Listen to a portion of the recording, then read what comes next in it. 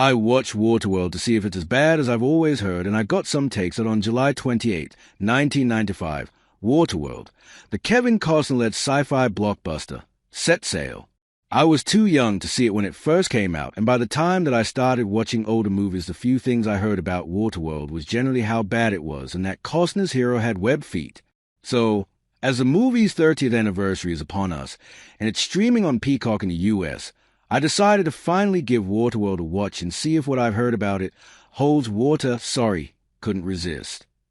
FYI, I'll be getting into some Waterworld spoilers below.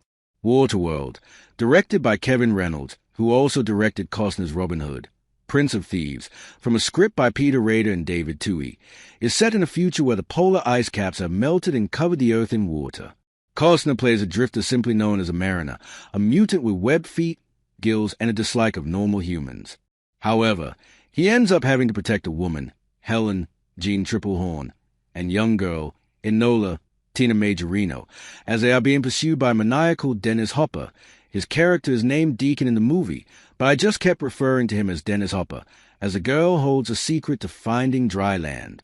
Looking at the actual reaction to Waterworld in its box office, I was actually surprised there wasn't as much vitriol as its reputation had led me to believe. While the movie does have a rotten score of 45% from critics and a 44% from audiences on Rotten Tomatoes, actually reading reviews from some of the biggest critics of 1995, Roger Ebert, Todd McCarthy, and Owen Gleiberman, the reactions were more middling than downright bad. At the box office, the movie earned $88 million in the US, which today wouldn't be a lot of money, but was good enough for top 10 for the whole year of 1995. To having now watched the movie with my own two eyes, I can see where those critics were coming from. As pure blockbuster fare, there's some halfway decent action sequences, and it's not an interminable way to spend 2 hours. But I wouldn't go as far as saying Waterworld is good or deserving of cult classic status, but it also isn't so bad it's fun to watch. It's more just blah. Waterworld desperately wants to be Mad Max with boats. Its bare-bones plot basically checks all the boxes. Loner comes across individuals that he reluctantly has to save from a crazy villain, eventually forming a bond before deciding he must move on and continue his loner ways. The biggest reason why that doesn't work as well here as it does with the Mad Max franchise is Costner. Most people today know Costner from his role as John Dutton in Yellowstone, also streaming on Peacock, where a scowl was basically his default setting, but his gruffness was part of the character's appeal. But in Waterworld, Costner's orneriness does him no favors. While the movie attempts to go through the motions of establishing why Costner's mariner is this way and how his time with Triplehorn and Majorino's characters eventually softens his heart, I just don't buy it. It's a flat performance, and his character honestly struggles to be likable for a lot of the movie. I'm just not sure if at the time, Costner could play this type of character.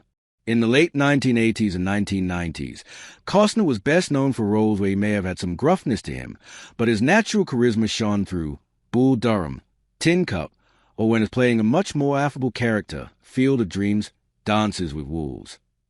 Even if we look at his character in Yellowstone, or his rough cowboy in Horizon, an American Saga, the toughness comes alongside a noble quality that tells us this is someone we can respect even if they are not doling out hugs. None of those qualities are present in Costner's performance as a mariner. The other big issue with Waterworld is that there are details that just don't make any sense. For instance, it's supposedly been at least a few generations since the melting polar ice caps flooded the Earth, to the point where some believe that any remaining dry land is a myth. Not even the mariner has found dry land, yet he has a plant, albeit a small one that's not looking so great. At the beginning of the movie and then comes across a tomato plant on the atoll he meets Helen and Enola on. What we see from that atoll, it's unlikely it was growing any tomato plants. Where did these plants come from, and wouldn't they be arguably the most precious things to these characters? But after we see them, they are barely acknowledged again. A couple of other things that I just found odd. I still don't understand how all they needed to do to understand a tattoo on Enola's back to find dry land. It whittles down to them translating the Chinese-looking symbols to be latitude and longitude coordinates and something involving the magnetic poles of the Earth being inverted, but it's not easily understandable in the context of the movie. This video does a deep dive to explain it, though. Another part comes at the very end, when the group gets to dry land and they find a small village where people once lived.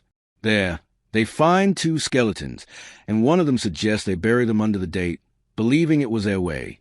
Again, how would he know this? It's been generations since anyone they knew would have been on dry land, and the skeletons they find are simply lying on a bed.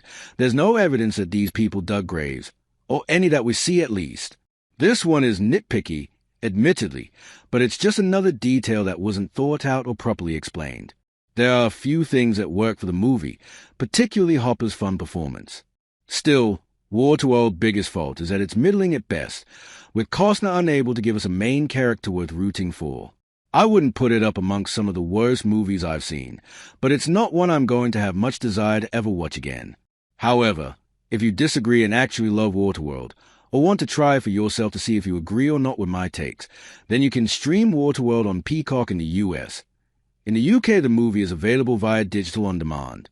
Like this article? For more stories like this, follow us on MSN by clicking the +follow button at the top